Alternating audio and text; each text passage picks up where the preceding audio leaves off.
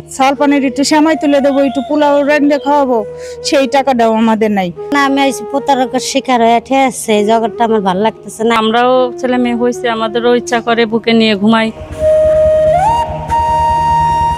Rail লাইনের পাশে অবস্থিত দেশের সবচেয়ে বড় যৌনপল্লী। এখানে বসবাস করে কয়েক হাজার নারী, যাদের জীবনের গল্প সমাজের চোখে শুধু ঘৃণা আর অবহেলার।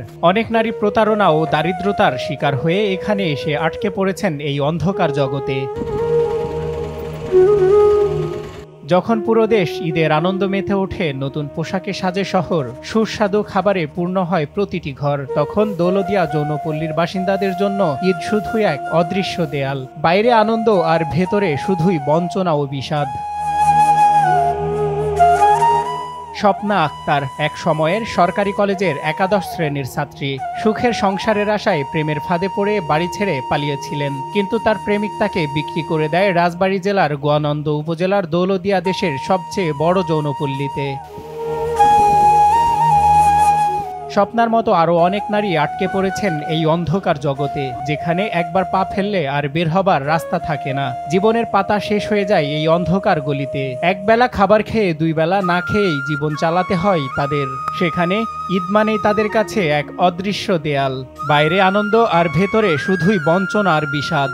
চাল পানির একটু সেমাই তুলে দেবো, একটু পোলাও রান্না খাওয়াবো, সেই টাকাটাও আমাদের নাই। না, আমি প্রতারকের শিকার হয়ে আছে, এই জগৎটা আমার ভালো লাগতেছে না। এই ছেড়ে আমি এই জগৎটা বাড়িতে পারতেছি না। আত্মীয় স্বজনের সম্পর্ক নাই, যোগাযোগ নাই, আমার আত্মীয় স্বজন নাই।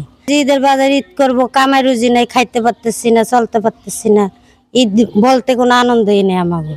কিছু স্বেচ্ছাসেবী সংগঠন এই পল্লীর বাসিন্দাদের স্বাস্থ্যসেবা, শিশুদের শিক্ষা এবং ঈদের আগে কিছু উপহার প্রদান করলেও তা পরিপূরক নয়। বড় কোনো সহযোগিতা ছাড়া এই নারীদের জীবনের মান উন্নয়ন সম্ভব নয়।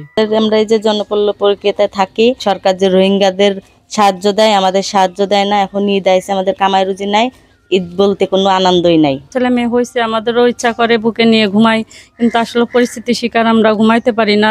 ভালো এক জায়গায় লেখাপড়া করাইতে পারি না, কোনো স্কুলে ভর্তি করতে পারি না। যেখানে ভর্তি করতে যাই, যেখানেই মানে কোনো কিছু করতে যাই, আমাদের কোনো মূল্যায়ন নাই। এখন আমাদের ইনকাম সোর্স নাই। আমাদের যে ঘর ভাড়া দিয়ে মা ও বোনদের নিয়ে যে আমরা খাইয়ে যে বাঁচবো, আমার বাচ্চা নিয়ে চলবো, আমাদের সেই চলাটাও খুব কষ্ট হয়ে গেছে। এদের নিয়ে আরও বড় ভূমিকা দরকার বলে মনে করেন এই পল্লীর বাসিন্দাদের নিয়ে সামাজিক কাজ করছে এমন একটি বেসরকারি সংস্থার এই কর্মকর্তা। দৌলতদিয়ায় যৌনপল্লীর পিছিয়ে পড়া নারী ও শিশুদের নিয়ে দীর্ঘদিন যাবৎ কাজ করে যাচ্ছে। 15 জন শিশু রাখছি, তাই এখন আমাদের চলা অনেক দুষ্কর হয়ে যাইতেছে। সামনে ঈদ, সেই ঈদে এই শিশুদের সকল সুযোগ সুবিধা দেওয়া সম্ভব হবে কিনা আমি জানি না। এখন বর্তমানে দেশের পরিস্থিতি যেভাবে খারাপ, আমাদের পরিস্থিতি একেবারেই খারাপ। সংশ্লিষ্ট কর্মকর্তাদের সাথে আলোচনা করে ঈদ সহ অন্যান্য সময়ে এই পল্লীর বাসিন্দাদের সার্বিক সহযোগিতার আশ্বাস দেন জেলা প্রশাসক।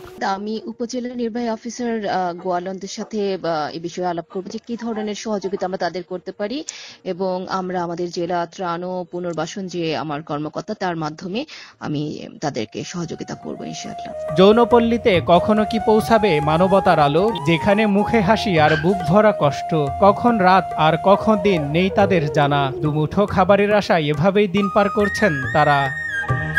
সজল বিশ্বাস, নিউজ ডেস্ক, দেশ টিভি।